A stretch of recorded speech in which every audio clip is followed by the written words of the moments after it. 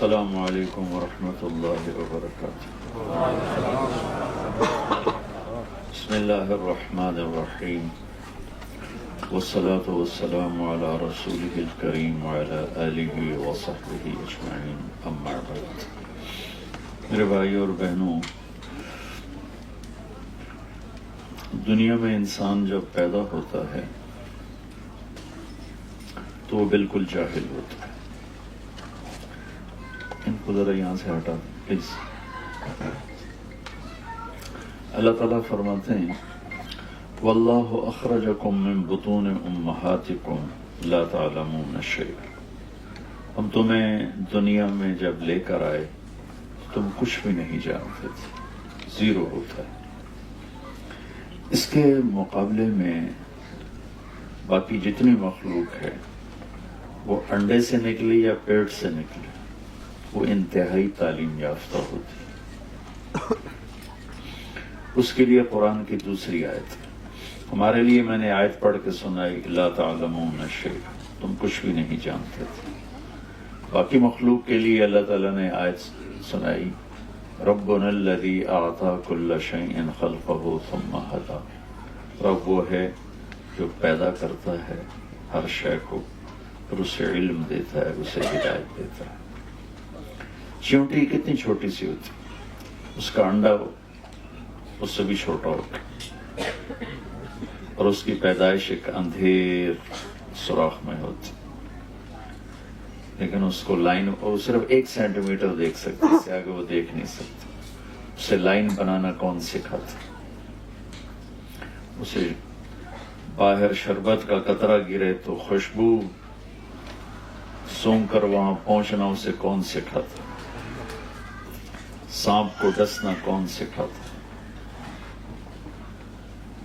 جتنی مخلوق ہے انسان کے علاوہ اعلیٰ تعلیم یافتہ۔ آج پہلا دن ہے، چوہا اپنے گھر سے نکلا، سامنے بلی نظر آئی بھاگ کے اندر، اس کو تو پتہ ہی نہیں یہ کیا چیز ہے، کیسے اسے پتہ چلا کہ یہ دشمن ہے اور یہ میری جان کو خطرہ ہے۔ ربنا الذی اعطی کل شیء خلقہ ثم ہدی، پھر ان کا علم اتنا طاقتور ہے کہ ان کے علم میں غلط فیڈنگ کوئی نہیں،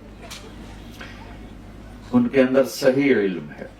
آپ شیر کے آگے گھاس رکھ دیں، وہ بھوکا مر جائے گا، بیٹھا بیٹھا گھاس نہیں کھائے گا۔ آپ بکری کے آگے گوشت رکھ دیں، وہ بیٹھے بیٹھے بھوک سے مر جائے گی، نہیں کھائے گی۔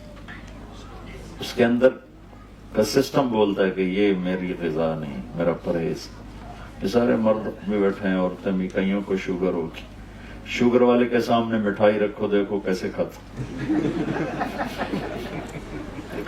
اپنے آپ کو تسلی دے گا آج ایک گولی ود کھا لو،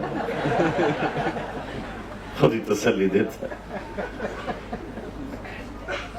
تو عقاب کو اونچی اڑان کون سکھاتا؟ مچھلی کو تیرنا کون سکھاتا ہے؟ تھنوں میں دودھ کون بناتا ہے؟ درخت بھی سمجھدار ہے کہ اپنے علم کے خلاف نہیں کرتے، کبھی آم پہ انگور نہیں نکلے، کبھی امرود پہ سیب نہیں نکلے، کریلے کا ذائقہ کبھی میٹھا نہیں ہوگا۔ تو یہ جو بے جان چیزیں ہیں، نباتات، ان کا علم بھی اتنا کامل ہے کہ اس کے خلاف نہیں کرتے۔ انسان جاہل پیدا ہوتا ہے اور پھر یہ علم ہوش میں آ کے لیتا ہے، اور اس کے سامنے 2 علم، اس کے اندر غلط بھی فیڈ ہوتا ہے، صحیح بھی فیڈ ہوتا ہے۔ باقی کسی بھی مخلوق میں غلط فیڈنگ نہیں ہو سکتی، جتنا مرضی آپ زور لگا لیں، ان کے اندر اللہ نے صحیح چپ فٹ کی، اس کے اندر غلط میسج جاتا ہی نہیں۔ انسان کے اندر غلط میسج بھی چلا جاتا ہے، صحیح میسج بھی چلا جاتا ہے، دونوں طرح کے۔ جب غلط جاتا ہے تو یہ غلط چلتا ہے، جب صحیح جاتا ہے تو یہ صحیح چلتا ہے، کہ اس کا پیپر ہو رہا ہے۔ ہم دنیا میں خود نہیں آئے، بھیجے گئے ہیں۔ کس نے بھیجا ہے؟ ان ربکم اللہ، تمہارا رب اللہ ہے۔ وہ کون ہے؟ الذی خلق السماوات والارض فی 6 ایام، وہ ہے جس نے 6 دن میں زمین آسمان بنائے، ثم استوى علی العرش، پھر اس نے عرش پہ استوا کیا، اور کیا کرتا ہے، یغشی اللیل النہار، دن اور رات کا نظام چلاتا، اور کیا کرتا ہے، یولج اللیل فی النہار، راتوں کو لمبا کرنا شروع کر دیتا ہے، دن کو چھوٹا کرنا شروع کر دیتا ہے، جیسے اب شروع ہو چکا ہے، اور کیا کرتا ہے، وَيُولِجُ النَّهَارَ فِي اللَّيْلِ، وہ دن کو لمبا کرنا شروع کر دیتا ہے، رات کو چھوٹا کرنا شروع کر دیتا ہے، اور کیا کرتا ہے، الشمس والقمر والنجوم مسخرات بأمرہ، سورج ہو، چاند ہو، سیارے ہوں، ستارے ہوں، گلیکسیز ہوں، سب اس کے تابع ہیں، سب پر یمسک السماوات والارض ان تزولا، پوری کائنات پر اس کا قبضہ ہے۔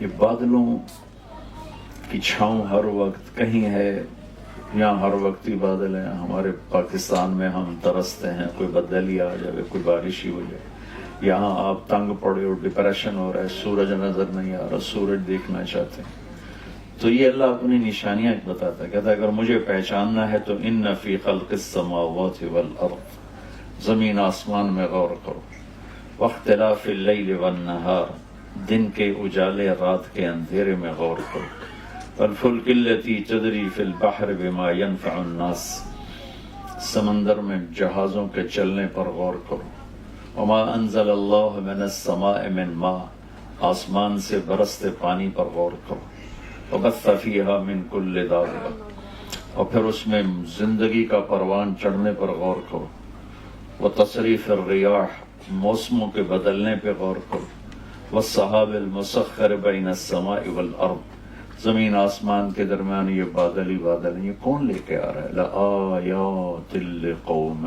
یعقلون، اس میں تمہیں ہر چیز میں اللہ کے جلوے نظر آئیں گے، اللہ کی قدرت نظر آئے گی، سنوریہم آیاتنا فی الآفاق وفی انفسہم حتی یتبین لہم انہ الحق، ہم تمہیں چپے چپے ذرے ذرے میں، حتیٰ کہ تمہاری اپنی ذات میں اپنی قدرت دکھائیں گے، تم پکار اٹھو گے کہ اللہ ہے، تم رہ نہیں سکتے اس کے بولے بغیر، کوئی ہے، اللہ ہے، ذالکم اللہ ربکم الحق۔ اور اللہ ہمیں سمجھانے کے لیے مختلف طرز قرآن میں اختیار کرتا ہے، امن جعل الارض قرارا، یہ زمین کس نے بچھائی، اللہ سوال اٹھاتا ہے، وجعل خلالها انہارا، اس میں دریا کون لے کر آیا، وجعل لها رواسی، پہاڑ کس نے گاڑے، وجعل بین البحرین حاجزا، میٹھے اور کڑوے پانی کو جدا کس نے کیا، اِلٰہٌ مع اللہ، ہے کوئی اللہ کے سوا، یہ طرز ہے سمجھانے کا۔ امن خلق السماوات والارض، یہ زمین آسمان کو کس نے بنایا، وانزل لکم من السماء ماء، یہ آسمان کا پانی کس نے برسایا، فانبتنا به حدائق ذات بہجہ، یہ چاروں طرف درخت ہی درخت، پھل پھول غلے، یہ کس نے سارے کیے، ما کان لکم ان تنبتوا شجرہا، ایک درخت تو پیدا کر کے دکھا، اِلٰہٌ مع اللہ، ہے کوئی اللہ کے سوا۔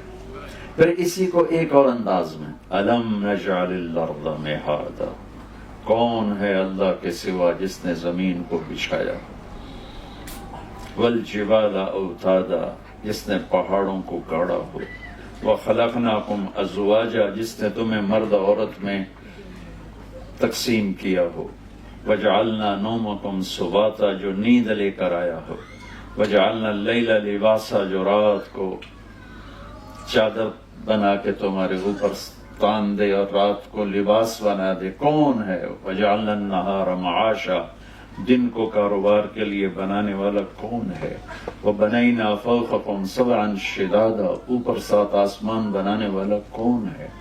یہ سارے قرآن کے انداز ہیں جس سے اللہ تعالیٰ یہ ہمیں بتانا چاہتا ہے کہ تمہارا پیدا کرنے والا اللہ ہے، اور اس پیدائش کے پیچھے ایک مقصد ہے، وہ ہے لِيَبْلُوَكُمْ أَيُّكُمْ أَحْسَنُ عَمَلًا، ہم یہ دیکھیں گے کہ تم میں زیادہ خوبصورت عمل کر کے کون آتا ہے۔ انسان کے اندر حسن کی طلب ہوتی، یہ گاڑیاں جو آج کھڑی ہیں آج سے 50 سال پہلے تو ایسے نہیں تھی. جو گھر آج بن رہے ہیں آج سے 50 سال پہلے ایسے نہیں تھے. جو لباس آج بن رہے ہیں آج سے 50 سال پہلے ایسے نہیں تھے کہ انسان خوبصورتی کے پیچھے دوڑتا ہے. تو اللہ نے اسی کو سٹیٹس بنا دیا, ایکم احسن عملا. ہم دیکھیں گے تم میں زیادہ خوبصورت عمل کون کرتا ہے. یہ پیپر ہو رہا ہے, عمل بھی کرنا ہے خوبصورت بھی کرنا ہے, لیکن زیادہ نمبر وہ لے گا جس کا عمل خوبصورت ہوگا چاہے تھوڑا ہوگا, اور جس کا زیادہ ہو لیکن حسن نہیں ہے. تو میں اس کو واضح کرنے کے لیے ایک واقعہ سنا تھا. تبوک کے موقع پر آپ نے فنڈنگ کی, روم سے لڑائی تھی, 30,000 کا لشکر تھا, تو بہت زیادہ مشکل وقت تھا, تو آپ نے کہا فنڈ جمع کرو. تو عمر رضی اللہ تعالیٰ عنہ ہمیشہ کوشش کیا کرتے تھے کہ میں ابو بکر سے کسی طرح آگے نکل جاؤں. وہ موقع ہی نہیں بنتا تھا. ان دنوں ابو بکر غریب تھے اور عمر مالدار تھے. تو عمر کے جی میں آیا کہ آج کا دن ہے میں ابو بکر کو پیچھے چھوڑ سکتا ہوں, ورنہ نہ اس سے پہلے ہوا نہ بعد میں ہوگا. تو انہوں نے اپنے مال کا 2 حصے کیے, آدھا لے کر آئے آدھا چھوڑ کر. ابو بکر رضی اللہ تعالیٰ عنہ فقیر تھے, وہ سارا اکٹھا کر کے ایک پوٹلی لے کر آئے. اب دونوں کیا کہ جو چیریٹی ہے سامنے پڑی ہوئی, ابو بکر اتنا ہے, عمر اتنا ہے, لیکن جو حسن ابو بکر کے مال میں ہے وہ عمر کے مال میں نہیں. کہ ابو بکر تو جھاڑو پھیر کے لے آئے اور عمر آدھا کر کے لائے. تو یہاں سوال یہ بنتا ہے عمر کتنا لائے ہو؟ وہ کہتے 10,000. ابو بکر تم کتنا لائے ہو؟ وہ کہتے 1,000. تو ابو بکر کی ہار تھی, عمر کی جیت تھی. موقع کا سوال بھی یہی ہے, لیکن آپ نے سوال ہی بدل دیا. جو بنتا ہی نہیں, ہزاروں بنتا ہی.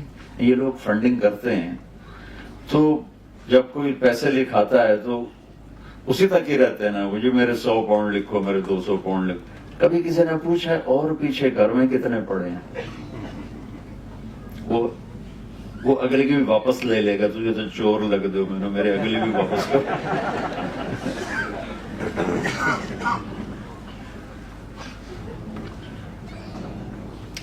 تو میں قربان جاؤں اپنے نبی پر, اور اللہ تعالیٰ بھی ابو بکر کو جتلانا چاہتے ہیں, چونکہ پیپر جو ہو رہا ہے وہ زیادہ کا نہیں ہو رہا, خوبصورتی کا ہو رہا ہے. کون زیادہ خوبصورت کام کر کے آئے گا.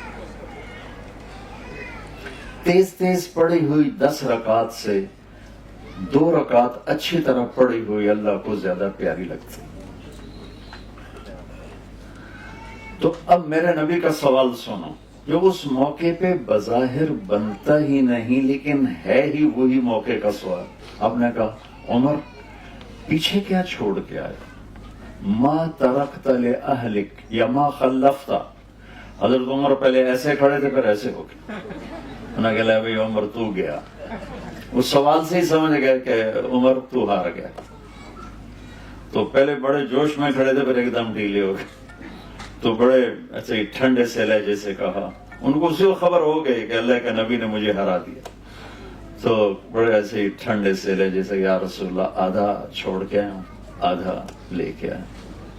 آدھا گھر والوں کے لیے چھوڑا ہے, آدھا لے کے آیا. ابو بکر ما خلفت ما ترکت لأہلک, تو کتنا چھوڑ کے آئے؟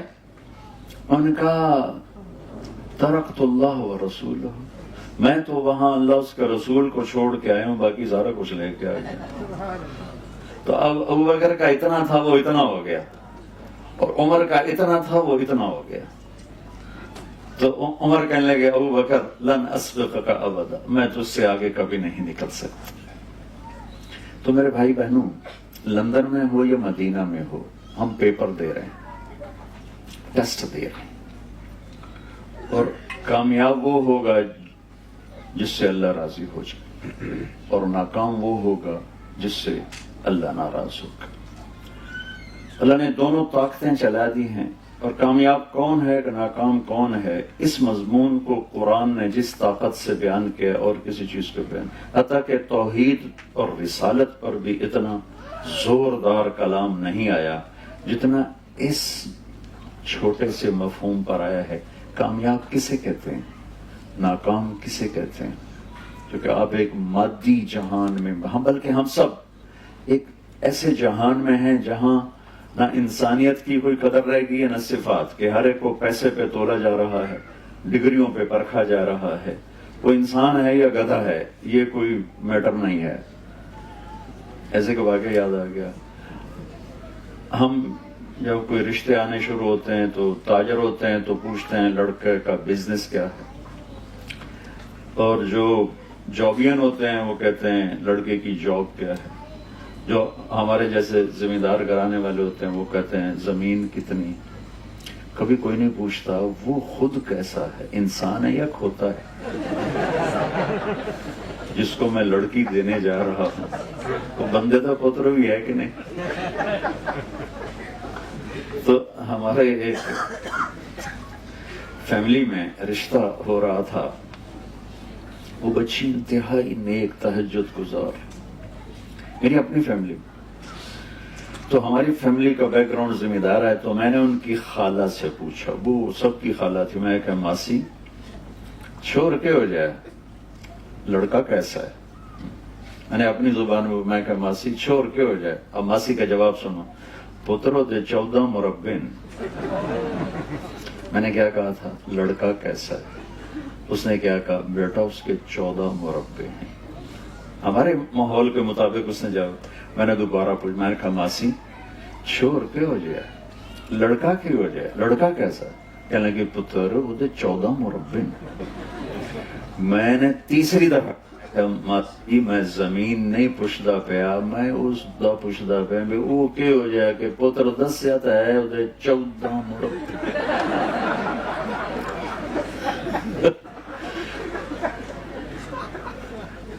پوری دنیا کا سٹیٹس یہی ہے، وہ یہ نہیں دیکھتے کہ انسان ہے، وہ دیکھتے ہیں کہ اس کے ساتھ ہے کیا۔ اور اللہ تولتا ہے سونے چاندی پر نہیں، ڈگریوں پر نہیں، انسانیت پر تولتا ہے، اور انسانیت کی معراج ہے محمد مصطفیٰ صلی اللہ تعالی علیہ وسلم۔ جو آپ کے سانچے میں ڈھلے گا وہی انسان ہے، جو آپ سے دور ہوگا وہی جانور ہے۔ اللہ نے اوپر ایک ہے اللہ، نیچے اس کا ایک ہے حبیب، ایک سے پیار کیا۔ ابو ہریرہ نے پوچھا یا رسول اللہ آپ کب نبی بنے تھے؟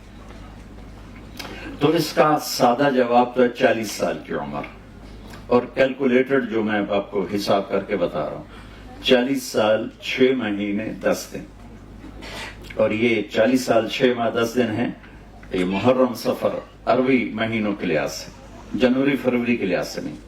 لیکن میرے نبی نے ان دونوں میں سے کوئی جواب نہیں دیا کہ ابو ہریرہ 40 سال یا ابو ہریرہ 40 سال 6 مہینے 10 دن۔ آپ نے فرمایا ابو ہریرہ ابھی آدم علیہ السلام کی مٹی اکٹھی نہیں ہوئی تھی اور اللہ مجھے نبی بنا چکے تھے۔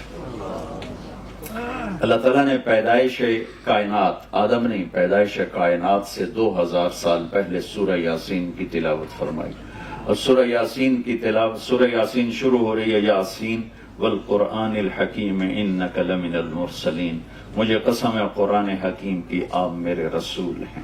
کوئی ہستی سامنے موجود ہے جسے کہا جا رہا ہے آپ میرے رسول ہیں، نہ زمین ہے، نہ آسمان ہے، نہ تخت ہے، نہ تختہ ہے، نہ عرش ہے، نہ فرش ہے، نہ جنت، نہ دوزخ، نہ جبریل، نہ میکائیل، نہ اسرائیل، نہ اسرافیل، کچھ بھی نہیں ہے، صرف اللہ ہے، اور آپ کہہ رہے ہیں انک لمن المرسلین، آپ میرے رسول ہیں۔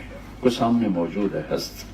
تو اللہ تعالیٰ نے ایک سے پیار کیا، انہیں چنا، پھر انہیں ہمیں آئیڈیل بنا کے دے دے گا اس کے پیچھے چل۔ جو ہمارا شاعر کہتا ہے کہ محمد سے وفا تو نے تو ہم تیرے ہیں، یہ جہاں چیز ہے کیا لوح و قلم تیرے ہیں۔ تو اللہ نے اپنے نبی کی ایک ایک ادا ہم تک پہنچائی ہے۔ وہ چیزیں جن کا ہماری آخرت سے تعلق ہی نہیں ہے وہ بھی ہمارے نبی کے ہم تک پہنچا دی اللہ تعالیٰ۔ ہمارے نبی خوش کیسے ہوتے تھے، غمگین کیسے ہوتے تھے، غصے کیسے ہوتے تھے، بلاتے کیسے تھے، ناراض کیسے ہوتے تھے، خطاب کیسے فرماتے تھے، بیٹھنے کا انداز کیا تھا، کھانے میں کیا پسند تھا، سوتے کیسے تھے، یہ چیزیں بھی ہم تک ہمارے اللہ نے پہنچائیں۔ میں آپ کو مثال کے طور پر واضح کرنے کے لیے، جب ہمارے نبی غمگین ہوتے تھے تو یوں بیٹھتے تھے، یہ ہمارے نبی کے غم کی نشانی، یہ بیٹھنا ایک نشانی تھا کہ آپ اداس بیٹھے ہوئے۔ جب آپ خوش ہوتے تھے تو یہاں سے نور نکلتا تھا، پہلے بھی نور تھا اور زیادہ ہو جاتا تھا۔ جب آپ غصے میں ہوتے تھے تو یہاں ایک وین تھی جو ایسے ایسے ایسے ایسے ٹپ ٹپ ٹپ ٹپ کرنے لگتی تھی، حرکت کرنے لگتی تھی، اس طرح اس طرح سے۔ جب آپ کسی پہ ناراض ہوتے تھے تو ہماری طرح پھٹتے تھوڑا ہی تھے اور کھڑے کھڑے بےعزتی کر دیں، نہیں، ادھر سے کوئی آ رہا ہے آپ اس سے ناراض ہیں، ابو ہریرہ آ رہے ہیں آپ ان سے ناراض، تو آپ نے دیکھا ابو ہریرہ آ رہا ہے تو میرے نبی کا ذرا غصے کا اظہار دیکھو، بس یہ میرے نبی کی بڑی ناراضگی ہے، سبحان اللہ۔ ہم تو جب تک 100 گالی نہ نکالیں گزارے نہیں ہوتے۔ ادھر سے انس آ رہے ہیں آپ ان پہ ناراض ہیں تو آپ نے ان کو دیکھا انس آ رہا ہے تو آپ چپ کر کے یوں فرما لیتے، یہ میرے نبی کا غصہ تھا، سبحان اللہ۔ جب آپ کسی کو بلاتے تھے ایسے نہیں کرتے تھے بلکہ ایسے کرتے تھے، پورے ہاتھ کا اشارہ کرتے تھے، انگلی کا اشارہ نہیں کرتے تھے۔ جب مجلس میں بیٹھتے تھے تو پاؤں نہیں پھیلاتے تھے، جتنی لمبی مجلس ہو آپ چوکڑی مار کے بیٹھتے تھے۔ اتحیات کی شکل صرف نماز میں ہوتی تھی، باقی آپ کے بیٹھنے کا یہ انداز تھا۔ اور جب آپ گفتگو فرماتے تھے تو دوران گفتگو یہ ہاتھ اور یہ انگوٹھا، یہ حد، اس کو آپس میں ٹکراتے رہتے تھے۔ یہ آپ کی باڈی کی حرکت تھی جو بغیر ارادے کے کوئی کچھ کرتا ہے، کوئی کچھ کوئی ایسے ایسے کرتا ہے، کوئی یوں یوں کرتا ہے، تو میرے نبی کی یہ غیر ارادی حرکت تھی، یہ ہتھیلی یہ انگوٹھا، باتیں بھی ہو رہی اور یوں بھی فرما رہے، بے ساختہ بغیر ارادے کے۔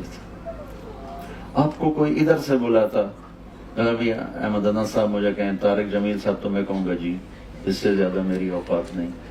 ادھر سے کوئی بلائے گا طارق جمیل صاحب میں کہوں گا جی، لیکن میں قربان جاؤں ان لوگوں پہ جنہوں نے میرے نبی کی ہر ادا ہم تک پہنچائی، اور آج میں 1440 سال بعد آپ کی اتنی چھوٹی چھوٹی باتیں آپ کو بتا رہا ہوں۔ آپ کو ادھر سے کوئی بولا تھا یا رسول اللہ تو آپ یوں نہیں کرتے تھے، اب یوں کرتے تھے، جی، پورا سینہ دیتے تھے۔ ادھر سے کوئی بولا تھا یا رسول اللہ تو اب یوں نہیں کرتے تھے، اب یوں کرتے تھے، جی، فل توجہ۔ ادھر سے کوئی بولا تھا یا رسول اللہ، کتنا مشکل کام، یہ تو ماں نہیں کرتی بچے کے لیے، اب یوں کرتے، جی، پوری توجہ دیتے تھے، اپنا چہرہ اس کے اوپر فکس کر دیتے تھے، آنکھوں میں آنکھیں ڈال کے۔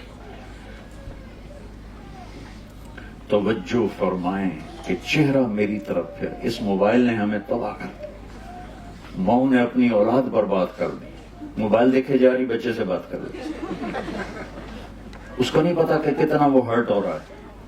بولو بولو، سنو نا، کیا کر بکواس نہ کر، چپ کر، یہ ڈرامہ لگا ہوا، چپ کر، مار دیا بچے کو۔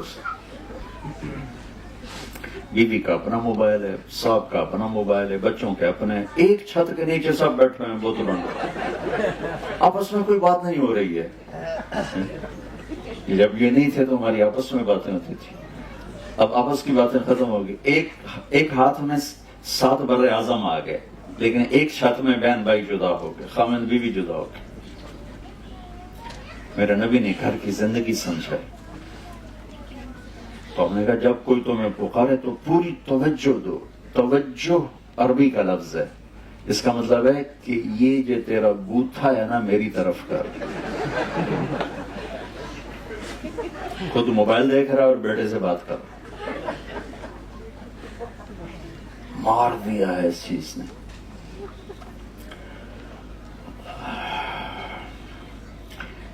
موبائل کھلا رہ گیا میرا، سردیوں کی رات کے 2 بج رہے ہیں اور گھنٹی بجی، تو میں ڈر سے اٹھا کہ یا اللہ خیر ہو، رات کے 2 بجے ہیں اور دسمبر جنوری کی راتیں تھیں، تو کوئی ایسا حادثہ، کوئی ایسی خوفناک خبر یا اللہ سننے کو نہ ملی۔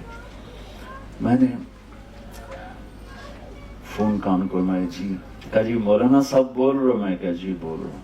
کہا جی ٹائلٹ میں دعا پڑھ سکتے ہیں کہ نہیں؟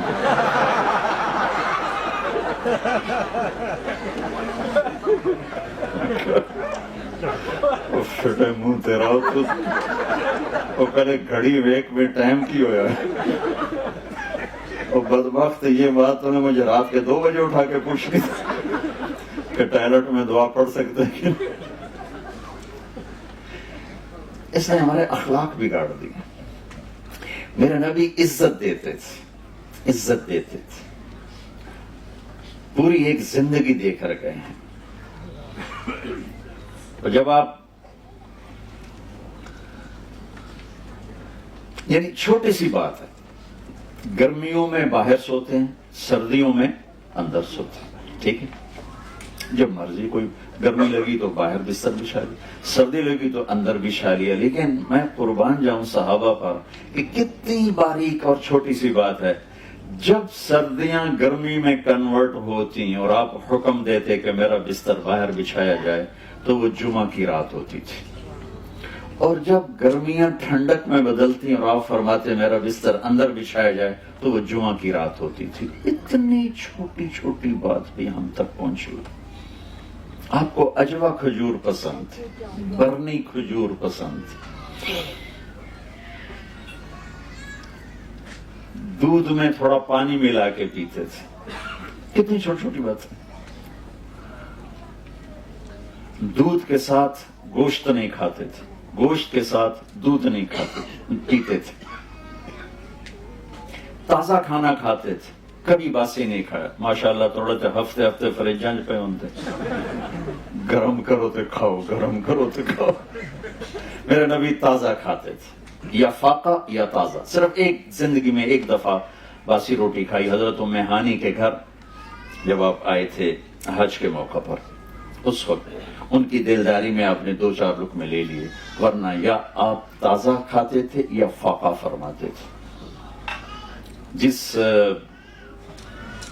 کھانے پر رات گزر جاتی تھی اس سے نہیں کھاتے تھے۔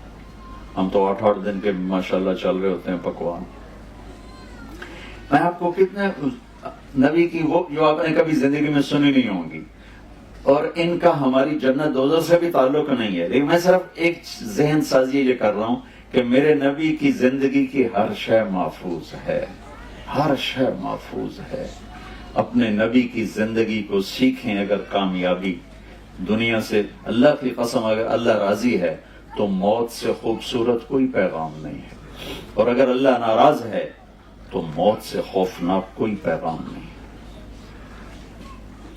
مالک کے راضی ہونے پر موت چھٹی ہے۔ آپ کا ویکنڈ پہ کتنے خوشی ہوتی،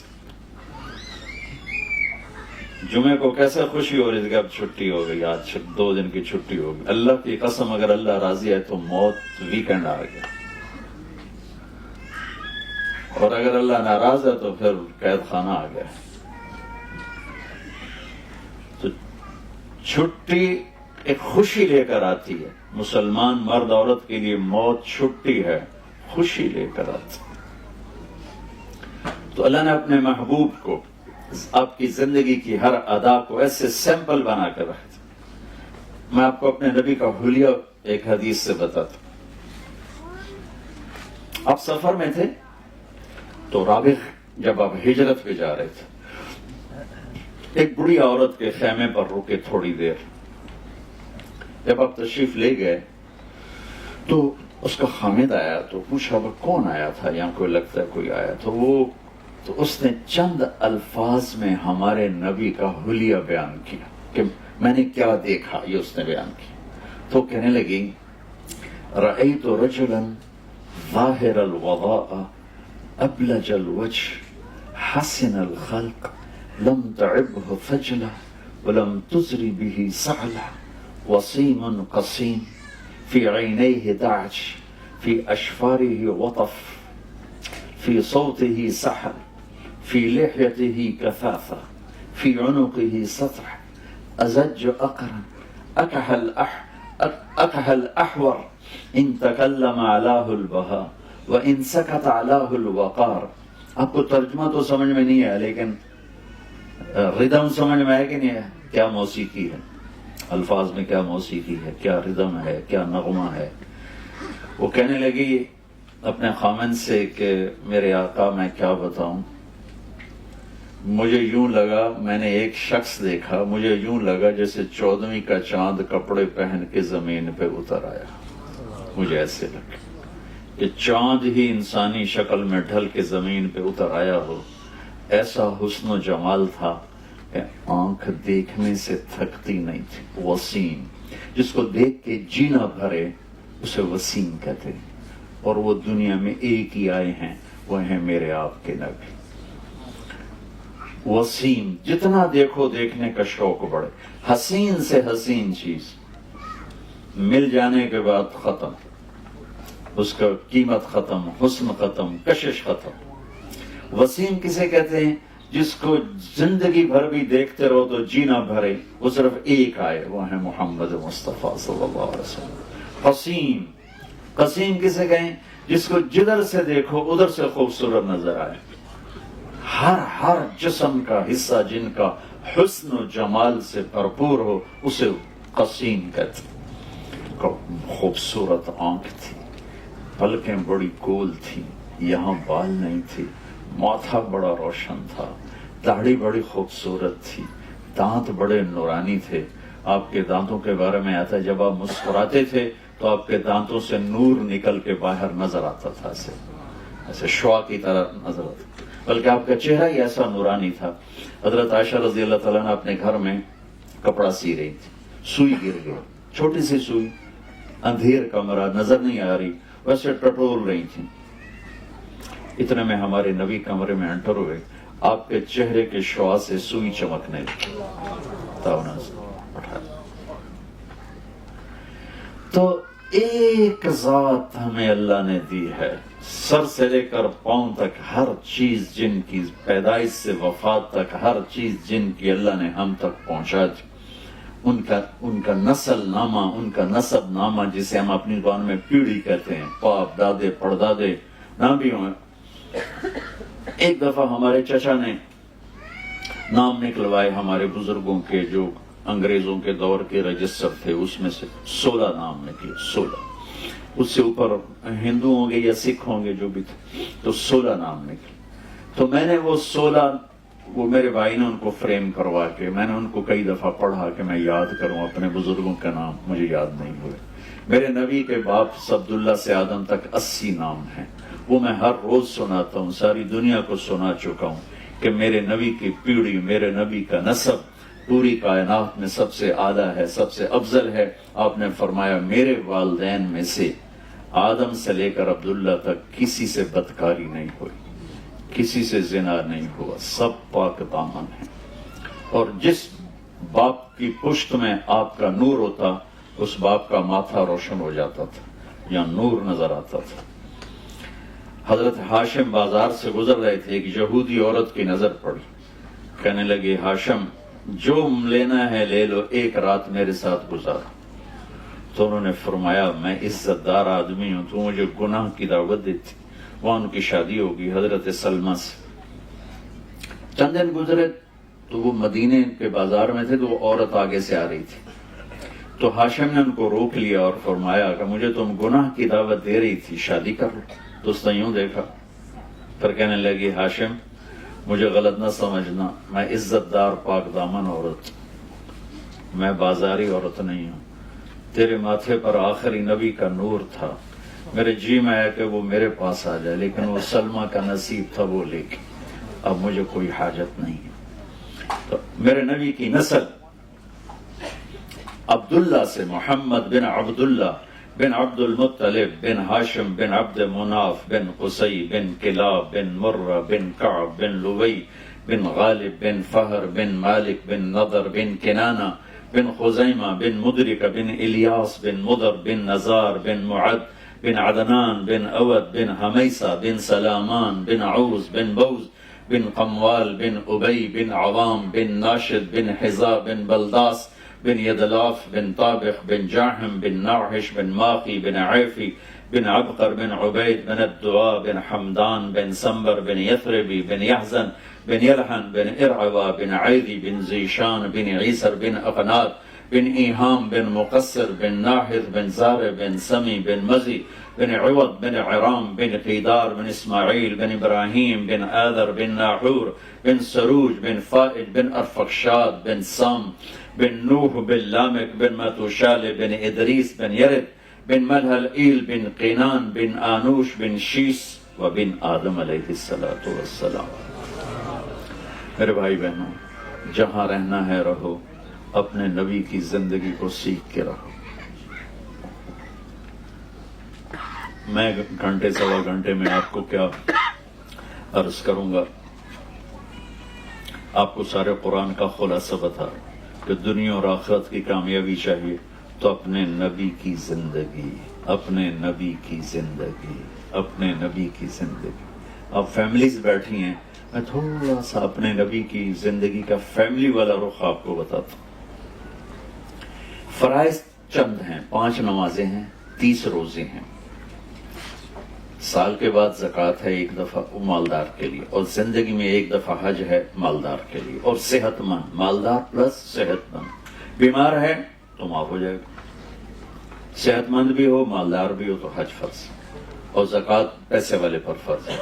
نماز ایک ایسا فریضہ ہے جو کسی حال میں معاف نہیں ہے کہ اپنے ٹائم پر اسے ادا کرنا ہے۔ باقی روزے میں بھی گنجائش ہے، بیمار ہو بعد میں رکھ لو، مسافر ہو بعد میں رکھ لو، نہیں رکھ سکتے ایسے بیمار ہو تو جاؤ معاف کیا، ویسے ہی معاف ہو، اس کا فدیہ دے دو معاف ہو۔ نماز کی معافی کوئی نہیں۔ تو جو ہے نا عبادات کا جو پیپر ہے وہ بہت تھوڑا ہے، بہت مختصر ہے، لیکن اس کے بعد جو زندگی کا پیپر ہے وہ بہت لمبا چوڑا ہے۔ میرے نبی نے 11 شادیاں کیوں کی؟ شوق تھا۔ آپ کی عمر 25 سال ہے، میں نے آپ کو ابھی حلیہ بتایا کیسا خوبصورت جوان۔ 40 سال کی عورت سے کوئی 25 سالہ نوجوان شادی کرے گا؟ جس عورت کی ایک منگنی ٹوٹے، منگنی ٹوٹنا بھی مرد کے لیے تو کوئی نہیں، عورت کے لیے عیب بن جاتا۔ منگنی ٹوٹی، ورقہ بن نوفل کے ساتھ، ابو حالہ کے ساتھ شادی ہوئی، ایک بیٹا ایک بیٹی، ابو حالہ فوت ہو گئے۔ ابن عابد کے ساتھ شادی ہوئی، ایک بیٹا ابن عابد فوت ہو گئے۔ حضرت خدیجہ رضی اللہ تعالیٰ عنہ کی عمر 40 سال، ابو حالہ پہلے خامن، ابن عابد دوسرے خامن، ورقہ بن نوفل سے منگنی ٹوٹی، عمر 40 سال، میرے نبی 25 سال، اور آپ نے اپنی زندگی کے 25 سال ان کے ساتھ گزار۔ جب آپ 50 سال کے ہوئے تو آپ نے 10 شادیاں کر لی، 50 سے 60 سال کی عمر تک 10 سال میں آپ نے 10 شادیاں کی۔ ایک حدیث سنا تھا، آپ نے فرمایا ما تزوجت وما زوجت الا بوحی من السماء نزل به جبریل۔ لوگوں سن لو، مجھے عورت کی کوئی رغبت نہیں، میں نے جہاں شادی کی، میں نے جہاں بیٹی دی، پہلے آسمان سے اللہ کا حکم آیا، پھر میں نے آگے وہ قدم اٹھایا۔ یہ 11 گھر کیوں بسائے؟ گھر کی زندگی مشکل ہے، گھر کا دین مشکل ہے۔ نماز کے لیے 1 لوٹا پانی چاہیے اور 10 منٹ چاہیے، روزے کے لیے چند گھنٹے کی بھوک کو برداشت کرنا ہے، لیکن گھر میں میرے نبی والی زندگی زندہ ہو تو میرے رب کی قسم، میرے نبی نے کہا تم اپنے اخلاق اچھے کرو میں تمہیں جنت الفردوس میں گھر لے کر دوں گا۔ 5 وقت نماز پہ کہا جنت ملے گی، اچھے اخلاق پہ فرمایا جنت الفردوس ملے گی، اور میرے نبی گھر کی زندگی میں اخلاق سکھانا چاہتے ہیں۔ آپ نے مختلف خاندانوں میں شادی کی، اپنوں میں کی، غیروں میں کی، اپنی عمر کے برابر حضرت سودا، اپنی عمر سے بڑی حضرت خدیجہ، اپنی عمر سے چھوٹی حضرت عائشہ، اپنے خاندان میں حضرت عائشہ، حضرت ام حبیبہ، حضرت خدیجہ، اپنے خاندان سے باہر اپنی قوم میں حضرت جویریہ، حضرت میمونہ، اپنے قوم سے بھی باہر حضرت صفیہ، یہودی خاندان سے، نہ اپنی قوم کی قید لگائی نہ اپنے خاندان کی قید لگائی، بلکہ جہاں بھی مناسب لگا آپ نے وہاں شادی فرمائی، ہمارے لیے وسعت پیدا کی۔ کتنے لوگ بیٹیوں کو بٹھا کے بیٹھے ہوتے ہیں، کوئی بٹ ملے گا تو تبھی کریں گے، بٹپا میں ہو گئی کوئی نہ، پھر کوئی جٹ ملے گا تو پھر کریں. کیسے بے وقوف ماں باپ. میرے نبی نے یہ بیریئر توڑا.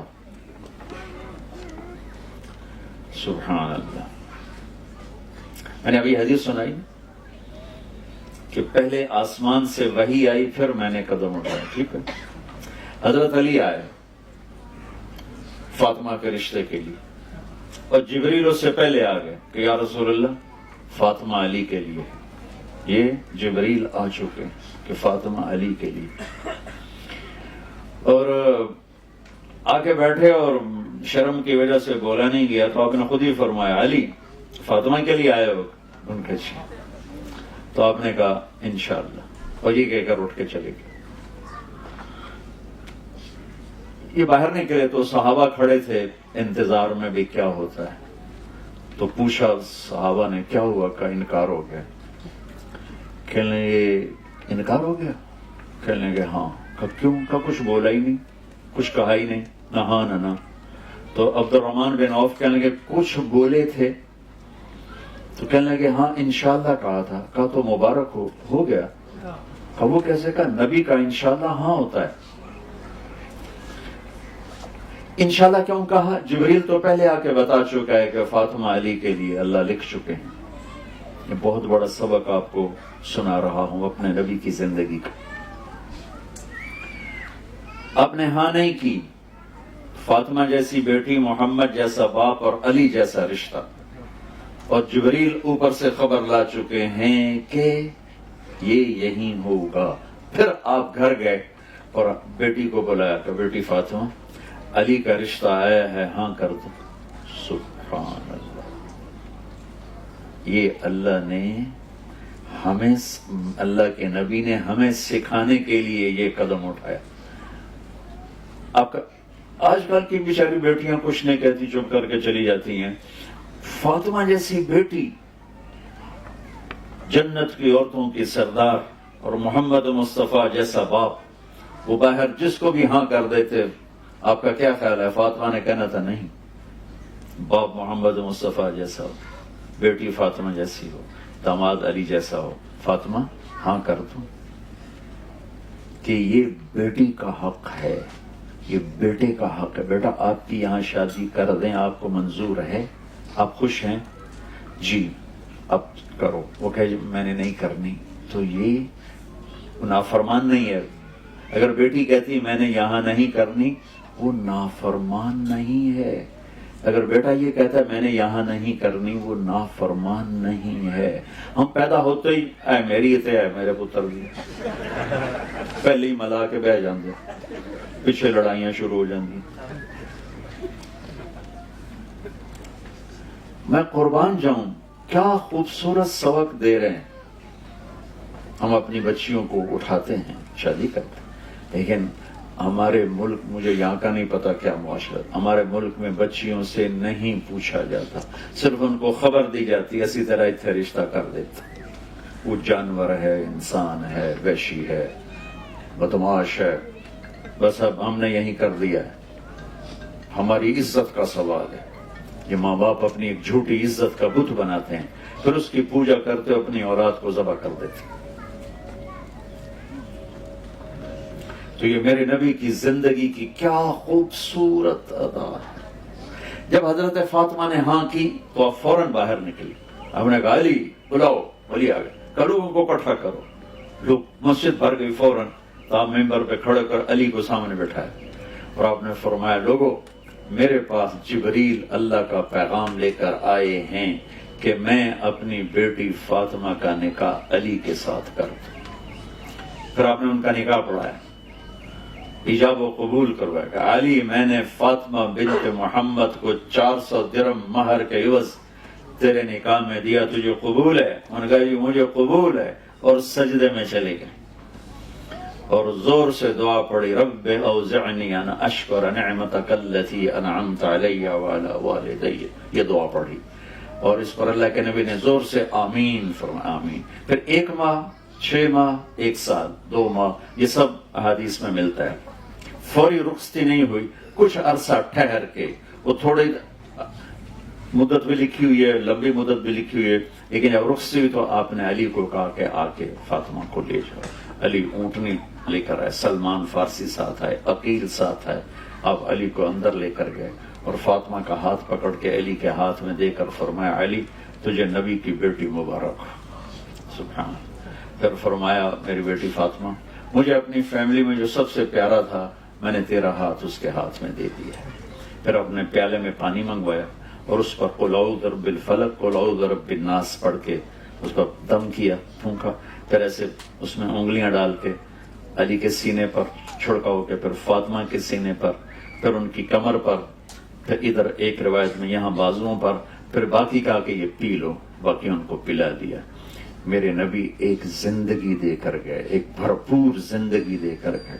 پھر اپنے یہ اولاد کے ساتھ آپ کا کیا معاملہ؟ آپ نے فرمایا اکرموا اولادکم، اپنی اولاد کو عزت دو تو پھر وہ عزت لوٹ کے تمہاری طرف آئے گی۔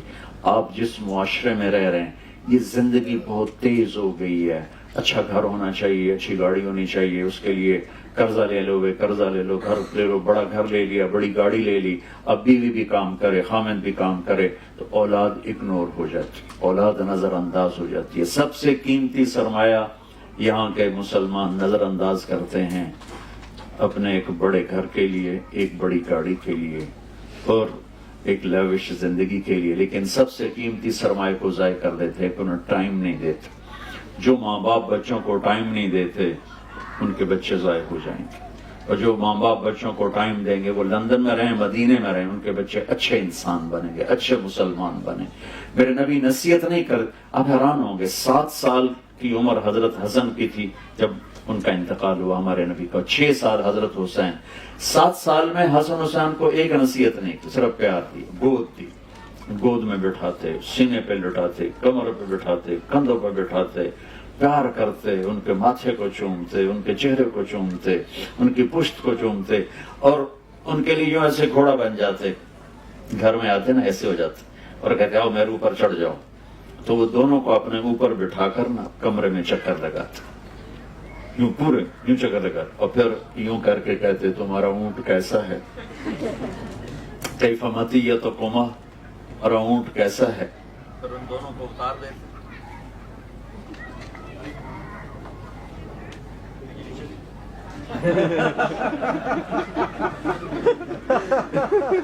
یہاں بھی لوڈ شیڈنگ ان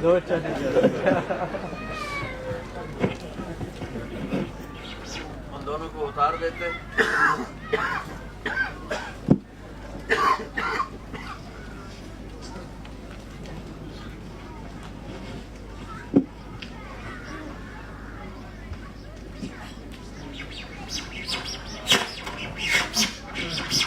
پھر اپنی نواسی حضرت زینب کو بلاتے، پھر حضرت زینب کو اپنی کمر پہ بٹھا کر،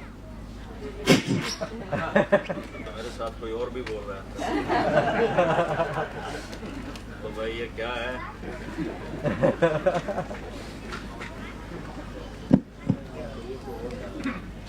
اتنے بڑے نبی، اتنی بڑی مصروفیت اور ٹائم نکال رہے ہیں بچوں کے لیے، پھر ان کو چکر لگوا